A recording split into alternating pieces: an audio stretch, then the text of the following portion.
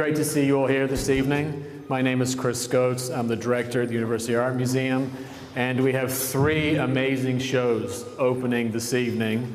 Before I introduce Karen, who's going to talk about the Warhol show, we have Maya Schindler's exhibition, Present Progressive, also opening this evening, which is in the Center Court Gallery.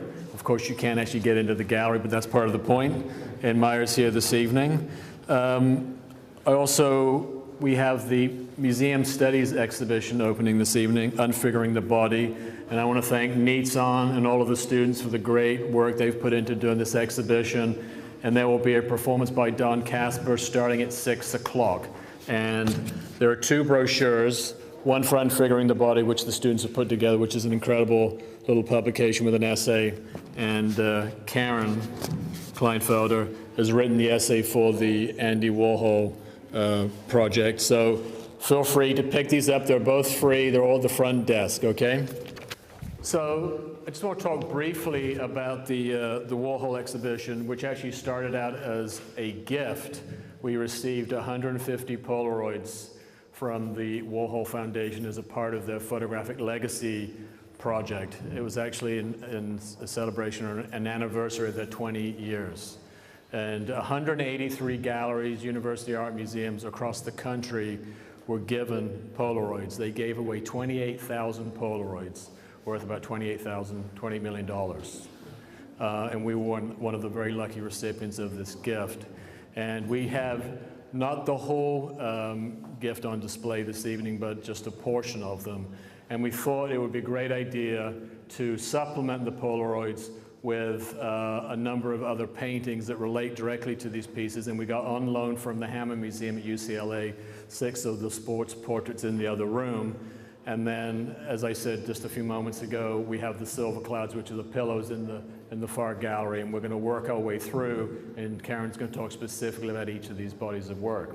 So Karen Kleinfelder is the head of the art history department here on campus. She wrote the essay for the brochure and has been a good friend and colleague of the museum. Karen, you want to start? All right.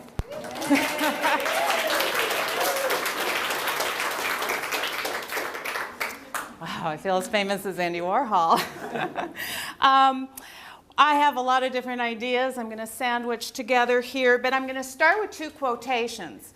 One from August Sander, a photographer some of you may know if you went to the Getty, saw the big show on him, a documentary photographer in Germany working right before World War II, and he said, "Every person's story is written plainly on his face." I just realized that's kind of sexist, his face. All right, well, his or her face, we're going to add. All right, so take that idea. Every person's story is written plainly on his face, because you have a lot of faces surrounding you. That means there might be a lot of stories here.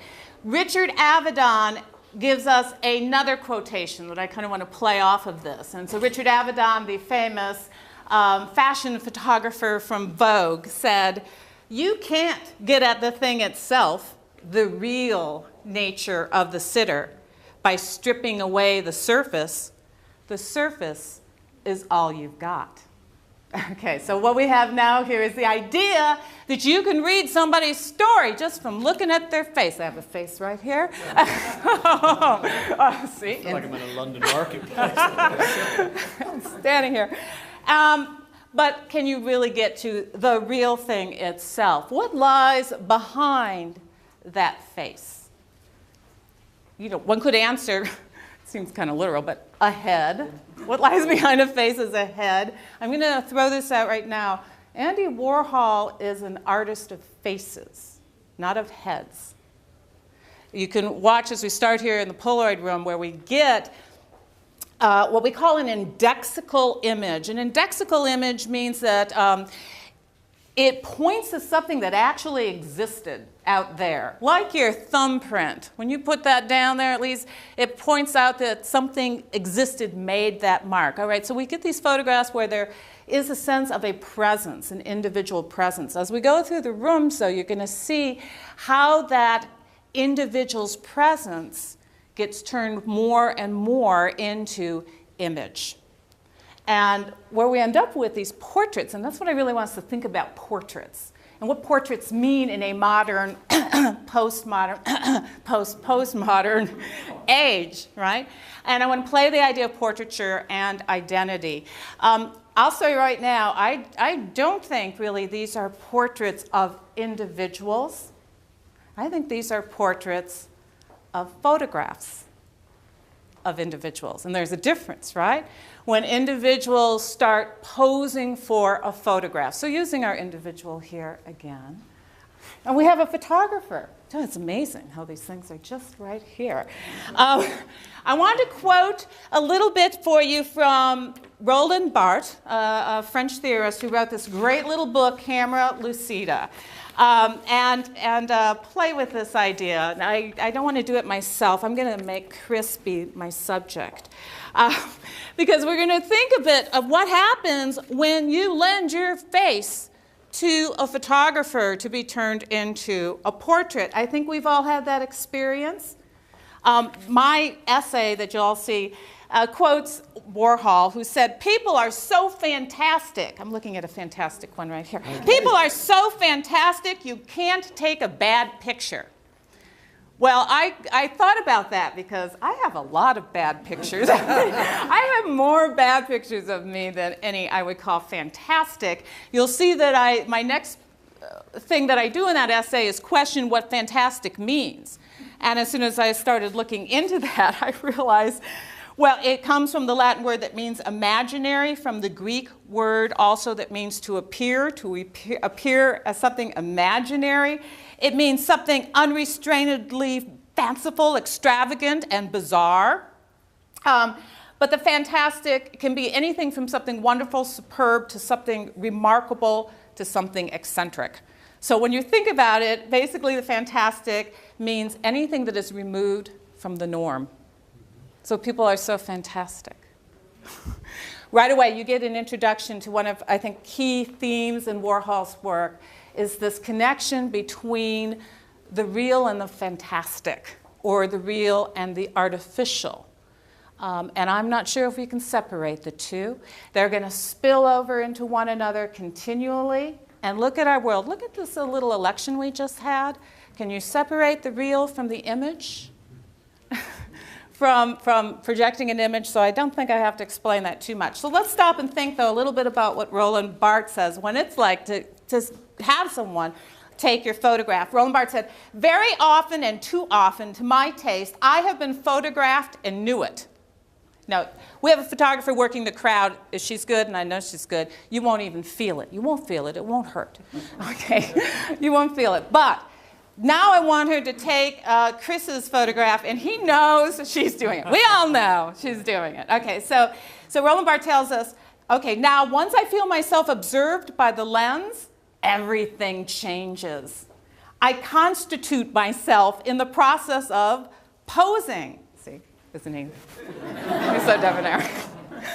I instantaneously make another body for myself. And we're talking about instant photography here with Polaroid. So, instantaneously I make another body for myself. If you were me, I would be like sucking it in and doing my... And of course, I've learned how to do it better because I do watch Tyra Banks and the great American model. So I, do it with the eyes. Okay, so you start posing. I lend myself, he says, to the social game. I pose. The social game, I pose. I know I am posing. I want you to know that I am posing. But this additional information that I'm posing should in no way alter the precious essence of my individuality. What I am apart from my effigy, what I am apart from my image.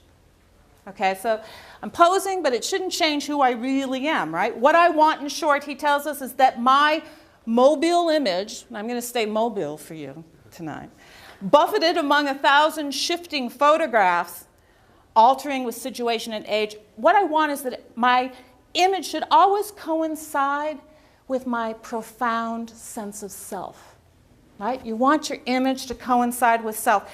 But it is the contrary that must be said. Myself never coincides with my image. So we got a schism there. We got a little fracturing moment. And I think that's something to think about here in connection to that real and the artificial, that sense of appearance and image. I'll just, if you indulge me, just one more quotation from Roland Barthes. He tells us, the portrait photograph is a closed field of forces where four images intersect, oppose, and distort each other. In front of the lens, I am at the same time the one I think I am, the one I want others to think I am, the one the photographer thinks I am, and the one she makes use of to exhibit her art. So there's the story of who I think I am and then who I want you to think I am.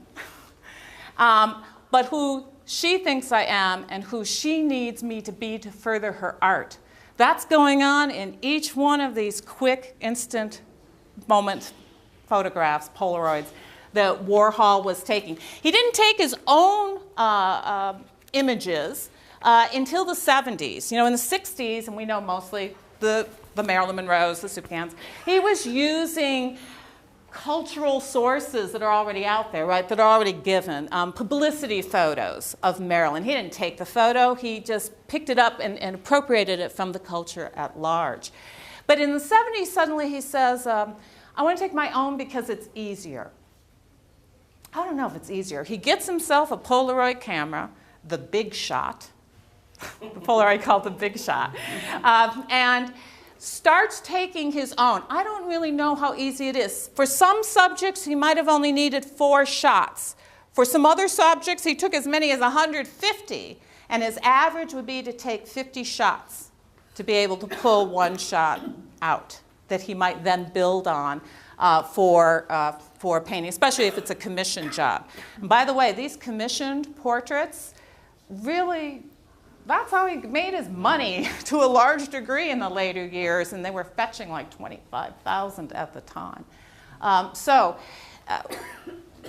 He's doing that kind of editing thing, going through them. I think what we see in all of these, when we look closely, is how each person knows that they're being photographed, and each person is posing. And so what is it like to pose as yourself? Or to pose as the self that you're invested in, that you're trying to intend?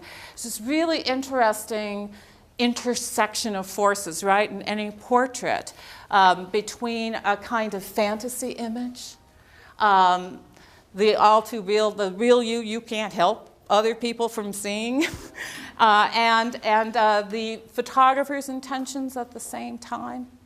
All of these things intersect, and they get me to my next key theme, identity. Identity itself. Or maybe I should say identities. Because what we're seeing right here is that identity itself is an intersection of 4 different positions. I'm using that word carefully because I want to introduce the idea of a postmodern identity structure, because I think these images, and especially what he then does to them when he manipulates them into the silk screens and into the silkscreen acrylic paintings, is to take the idea of a singular essence, a singular identity, and instead fragment it, and to make us rethink modernist ideas of identity where there still is this idea of an organic whole. I've got a personality. I know some of you out there have very big personalities. Okay, yes, you.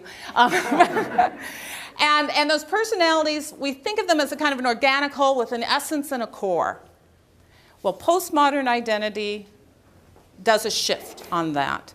Postmodern identity starts to think in terms of identity more as a kind of geography, a new geography, where you think of identity not as a personality, but as positionality. Positionality. When we think about that, here we both stand. We are positioned differently in terms of gender. We're positioned differently in terms of maybe religion. I don't know. I think politically we might be the same. We already talked about that. But there's ways in which we need to create a more mobile perhaps fractured but mobile sense of identities, where we think of identity as a site that constantly is on the move, constantly shifting. I'm lecturing to you all tonight, or today, well, at this moment. All right, I'm trying to be the expert. Yeah, okay, you laugh? All right, so anyway. So later tonight, at some point, I'm sure I will be yelling at my husband about something. All right, so you can see how those shifts in positionality, and then maybe later, even later tonight, we'll make up. So you can see this constant shifting sides to identity, maybe identity politics.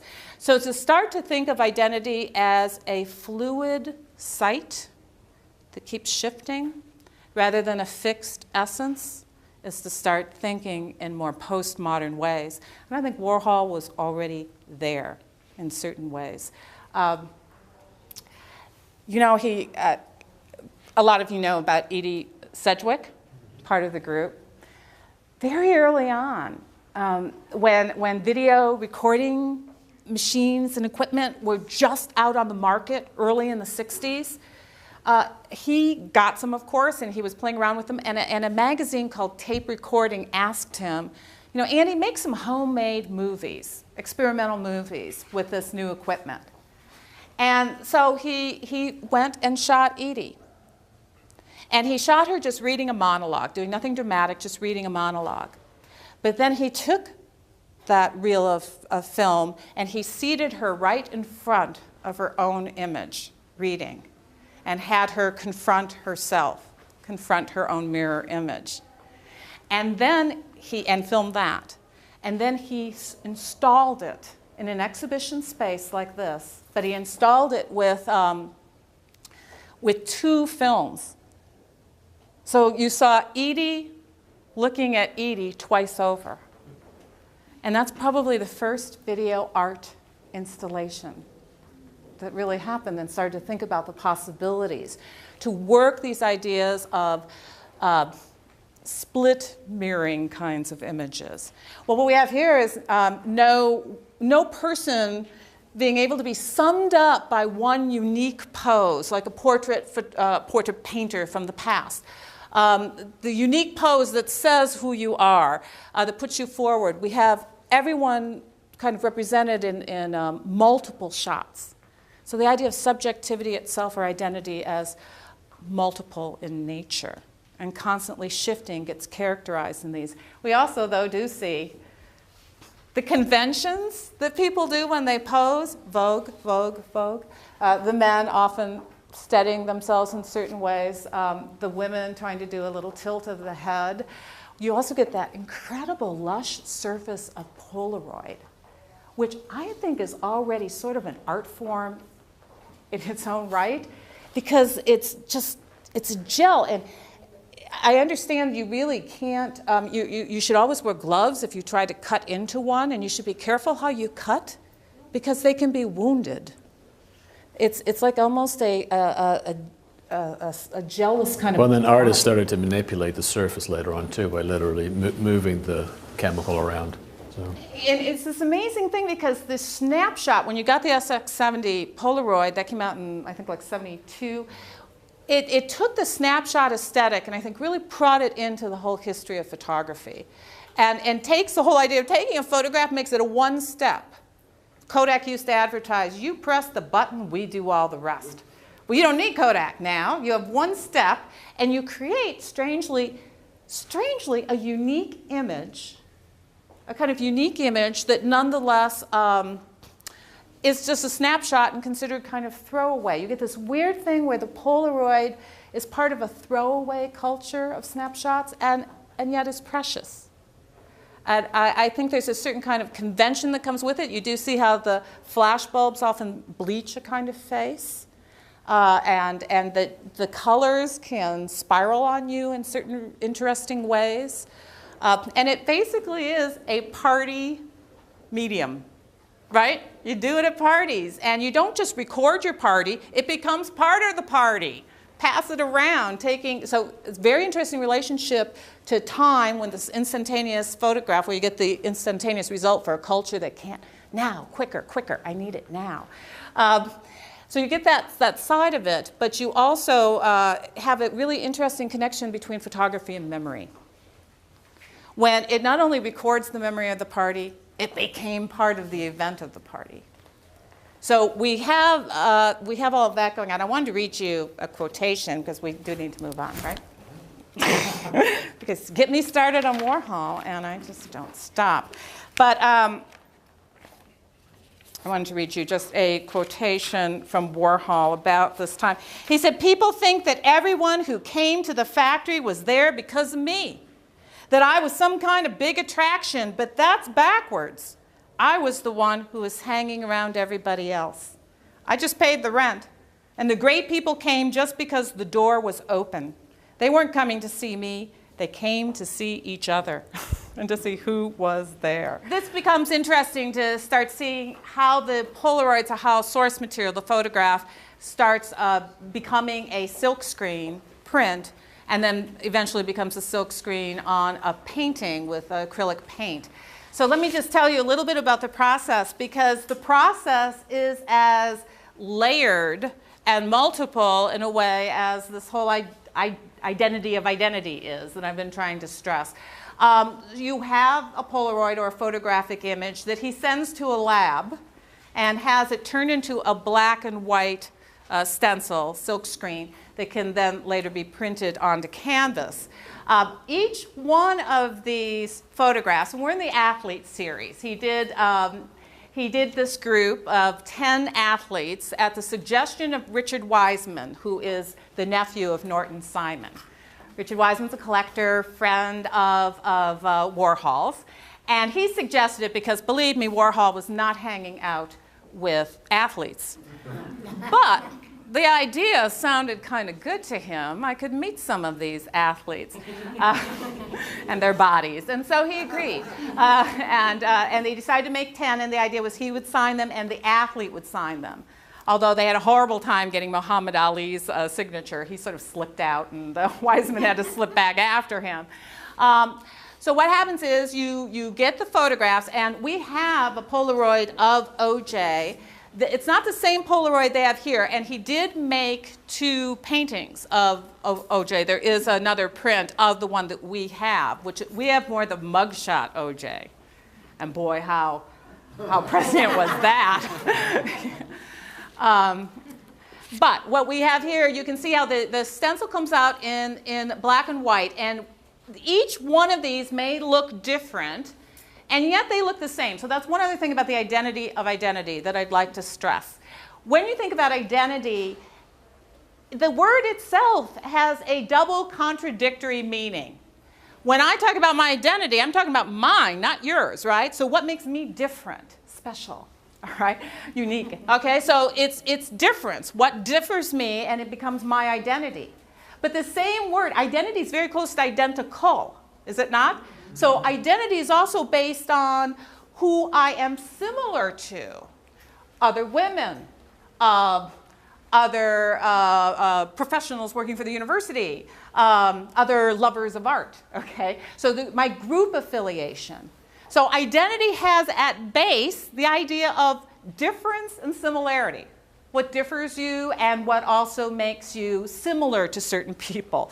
So it's sort of split right there to begin with. All of these images are different athletes. I really had to look up who, is it Rod Gilbert? I didn't know.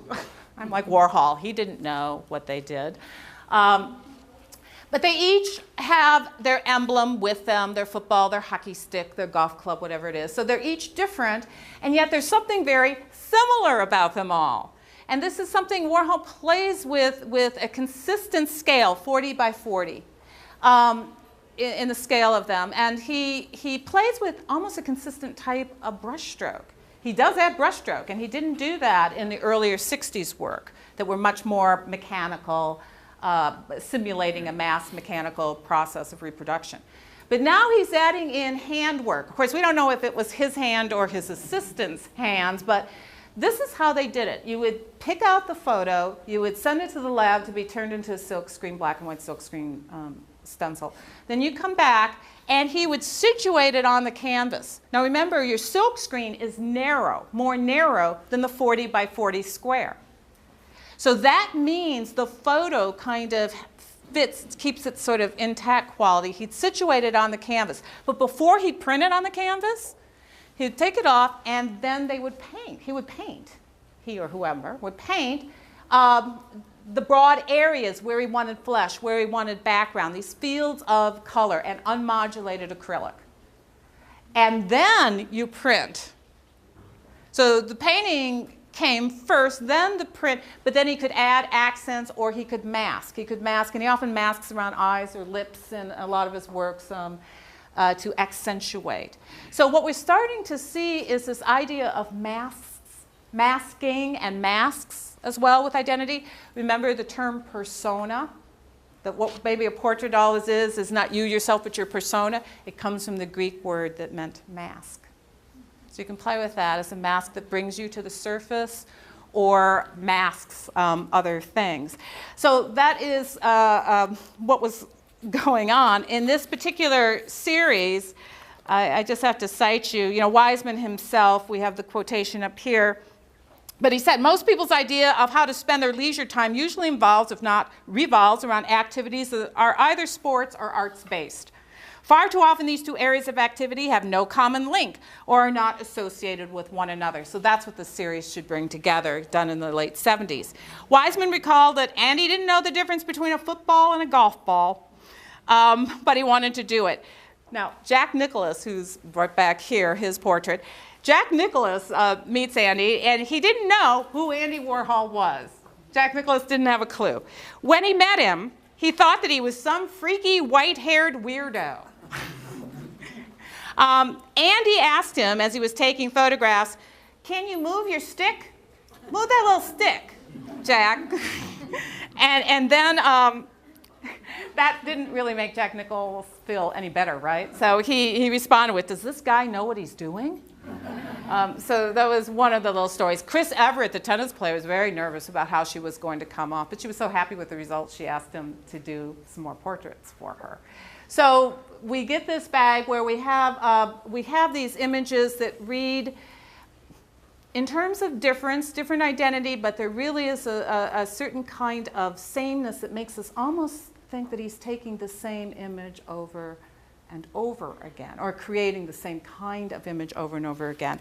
So once again, we're part of that, that interesting question about persona, individuality, and self.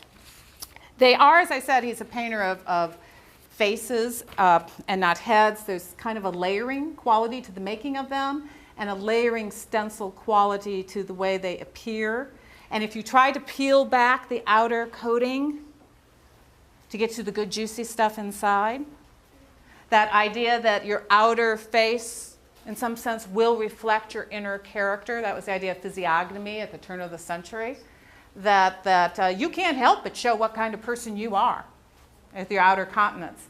Well, photography, that theory of physiognomy, that your inner soul will be revealed in the image, it was sort of born, that idea, at the same time photography was born.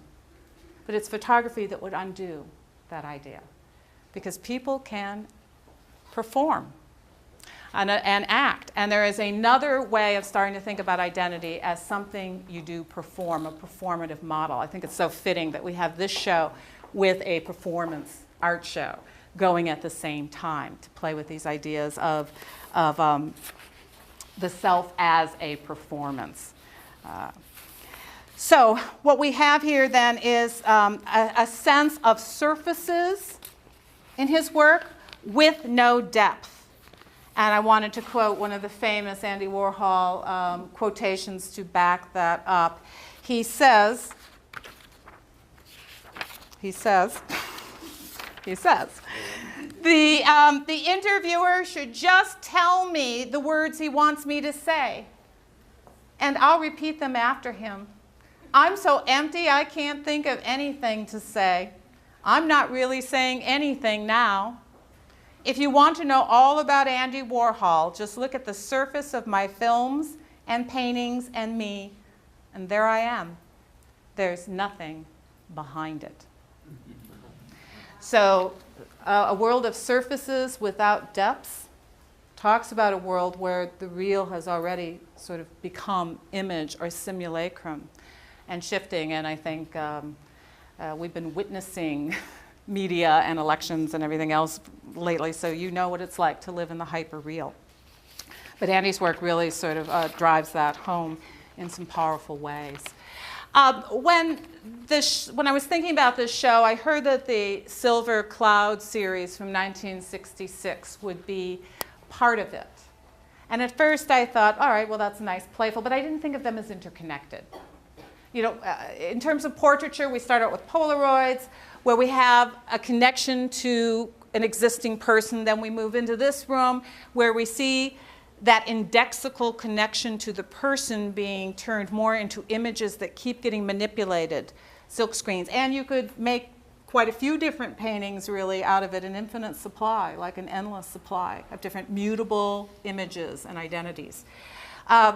So I wasn't really seeing necessarily the connection except to that idea of celebrity and stars and that world of stars and that silver filament of stars. Andy himself talked about the silver clouds as narcissistic. Because what do you see when you look into them? And then I just thought, what? This is genius. Chris Scott's genius here. To put the clouds, to have the show end with the pillows, because in a sense, that last room is the ultimate portrait photo booth. Taking instantaneous photos as you move around, as you kick them and move them around. They constantly keep shifting. The Velvet Underground band that, of course, appeared constantly with Warhol, had a famous song, "I'll Be Your Mirror." I'll be your mirror. That's, you know, that is the ultimate way seduction works. You know, seduction doesn't work with, like, I am so cool, don't you want a piece of me? Seduction works more like, wow, those glasses. You're really fat. Oh, you're beautiful. Tell me more about yourself. Seduction works as a mirroring kind of quality. So what I want us to do is end in the seduction room and play with the pillows as the ultimate kind of mirroring process that hopefully will keep as mobile as identity itself. So that's where we're going. Yeah. It always takes one. When we think about all the color manipulations that Warhol would do, and one of the other famous things that he would do is slippage. Go ahead, hit me with them while I'm looking. Was slippage misalignment, misregistration, so that I tried to do slippage with my makeup. I tried to do my glitter makeup and slip it out of its spot. So he would deliberately set that in play so that you get this idea of identity itself as made up of slippages, constant series of these kinds of slippages. I started thinking about it more and more, and I thought how Warhol turns everybody into a drag queen.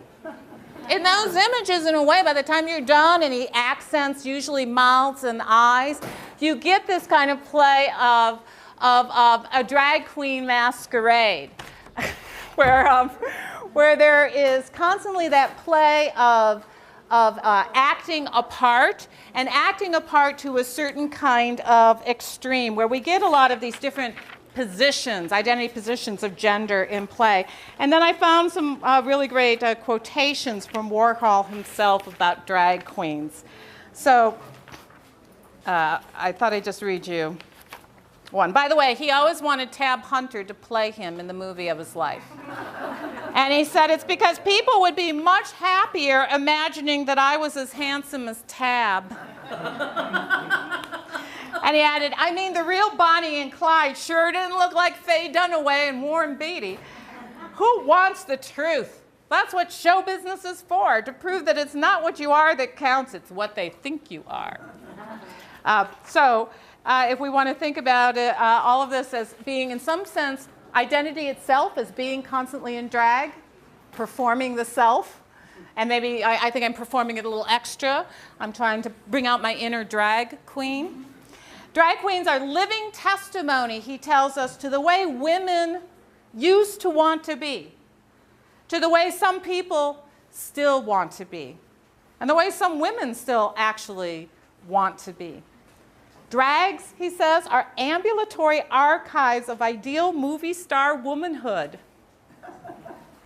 They perform a documentary service, usually consecrating their lives to keeping the glittering alternative alive and available for not too close inspection. The glittering alternative, to keep that alive and available, something we should all try and do for ourselves. If you do go out to see the Wicked Witch of the East, who is at the other entrance, the back entrance to this show, look closely. She's got glitter. She's got diamond dust. So I'm happy to take questions side by side. Well, you know, from what I heard, he always took multiple shots. But what you've got there, I know with the Dennis Hopper, you've got the shot that he did use and make as the basis for a painting. Now, actually how all those paintings and prints, silkscreen, acrylic print paintings work is by two systems in interaction. It's the photographic system, which captures something real and actual, right? And then you sandwich it together with the hand-drawn, the swish. And you have this really interesting thing going in all of those images are two different systems of representation. One that deals with, in some sense, representation in that photographic sense, and something that deals with a different kind of interpretation of the artist's indexical mark. The artist's indexical mark is their brushstroke. So, and it always seems to operate in that gap between the real and the artificial, and that leads me to one other famous quote by Andy to think about with all of these. We should also say that the Dennis Hopper picture, he came in costume to the studio. He was actually working on a Wim Wenders film at the time, and the dress that he... Cowboy. And that's how he came dressed. And Warhol often said with Dennis Hopper, it was very easy for him to get him to pose and do what he needed to do, where others are a little more difficult. Of course, Hopper's a good photographer himself. Did the Warhol Foundation tell you to pair those, or was that your choice? We did that. So you created, and did you choose sort of like two profiles and set it up like that play? Okay. We were actually given we actually given 8 Polaroids of 1 or 2 people, so but we decided that just to cut it down and do 4 is the main one. So. To quote Andy, I don't know where the artificial stops and the real starts. And here we find ourselves in a room where he called the floating sculptures, by the way. He talked about the Lana Turner shot at one point, and he talked about how hard it was. I think a lot of you people know about Lana Turner's background, maybe more than some of the younger ones do, but in 1958, she was nominated for an Oscar for the movie Peyton Place, but that is the same year that her daughter, her 14-year-old daughter, murdered her boyfriend, her lover, the mobster Johnny Stompanato. And you know, Warhol later actually made a film starring drag queens as a parody of that. And in 1985, he was actually commissioned to do a silkscreen painting of Lana Turner. And this tells you what happens to stars in our world and how they get put through the media grind. In 1985, Lana Turner, the pinup girl, is now quite a bit older, correct? And guess who commissions Warhol to do her portrait? The Love Boat. The Love Boat TV show.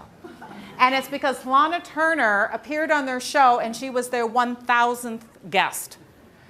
So look at stardom. And you know, I think one of the interesting things about difference and same here is that, as Warhol would point out, what is one thing that's similar about us all? In some sense, that quest to be a star. So in some sense, that makes you the same, the idea of being a star, and how you lose, in some sense, your individuality when you become grouped among the stars. Exactly the thing that's supposed to make you different and make you have stardom. Well, anyway, Warhol had to work on this portrait of her. And he said, it took a long time. She was 60 years old, and I had to make her look 25. He said it took a long time, indeed. I think with the Polaroids, I find myself really intrigued by the way I look at them. And I'll tell you, when I saw this collection, this gift come in, I'd been working on Warhol for a long time. I gave my lecture, right? When I came here on interview for the job, teaching here, I gave it on Andy Warhol. So here I am many years later. Not quite many Lana Turner years later, but many years later. And I thought I knew Andy pretty well. But I'm looking at these images, and it struck me how much I never really thought that much about the issue of photography with his work, except that he brought photography and painting together. But I always kind of looked at it based in the end product, these photo silkscreen paintings. And I didn't think how much photography was so pivotal to a lot of this work. I end my brochure essay with the ultimate kind of irony, is that Polaroids make it into a museum show. That's the basis of the show, are the Polaroids. At the very moment, Polaroid going out of business. They're just creating enough film stock left to last through 2009. They have gone digital. And I started thinking, in a digital age, what you lose, in some sense, you get that ultimate flexibility that, in some sense, the Polaroid was supposed to help you achieve. But you don't get the body in the same way of those images as having a kind of thickness to them, a density to them, a way in which the Polaroid is somewhere between. It takes the snapshot and puts it somewhere between commercial, vernacular, everyday photography and an art object. And it was always kind of working in that between, falling in that between. And it's really kind of interesting in this moment of the digital now how precious, in some sense, those Polaroids seem to a certain moment, to a certain history. You know, I have to tell you, Polaroid did go bankrupt with that way of the world right now. Thanks, Karen. Thank you.